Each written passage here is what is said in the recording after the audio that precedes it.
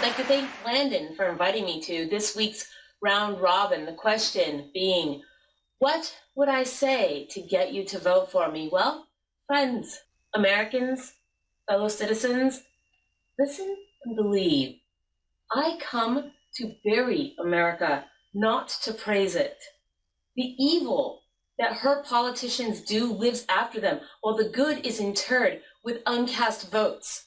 And so be it with America. The 1% has sold you that the poor just aren't ambitious. Untrue. Slave wages, corporate welfare, not laziness, are at grievous fault. And grievously will our taxpayers pay for it here under watch of the 1% and their ilk.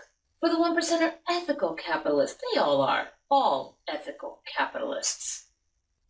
Yes, I'm here to speak at America's funeral. She was our dream, killed on Wall Street. But the 1% say racial discrimination is the pestilence, and the 1% are ethical businessmen. They've brought many criminals to heel. I wonder whose coffers those prisons fill. Does this in America seem judicious? And where our soldiers have died, politicians have slept. The 1% should be made of sterner stuff.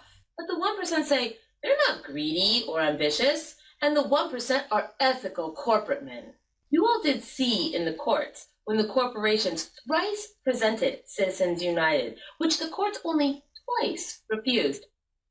Was that ambition because the 1% say they're not ambitious? Sure, the 1% are just like the common man. Listen, I speak not to disprove what the wealthy tell you, but rather to talk about what I do know.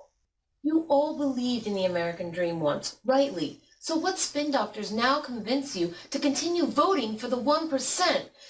Oh, America, you have been duped by corporate greed, and our citizens have lost their passion.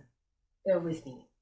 Our dreams are there in the coffin with America until we no longer pause from acting in our democracy.